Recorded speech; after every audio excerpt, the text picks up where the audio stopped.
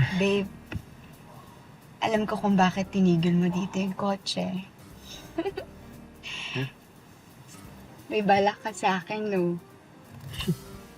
Binabalak. Kaya ako tinigil kasi wala na tayong gas. Maglalakad na tayo. Ha? Sige na. Susi. Babe, gusto mo talaga dito, babe. Mahuhuli na naman tayo dito. Huwag ka to! Huwag ka to! Kuya, wag po! Huwag niyo kami sasaktan! Ibibigay namin lahat! Pera, gadgets, alahas! Ano? Hindi namin kailangan yan. Ang kailangan namin yung mas mahal. Ibigay niyo sa amin yung gasolina niyo!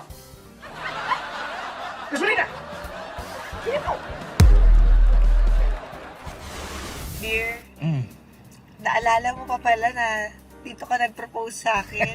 Tapos ngayon, anniversary natin, kaya dinala mo ako dito ulit. Ano? Ang sweet mo naman. Nga rito. Oo, pero bumaba ka na. Bakit? Eh, kaya tayo nandito kasi ihuhulog ko sa bangan nitong sasakyan natin. Hindi ko na kayang pakargahan ito ng gas.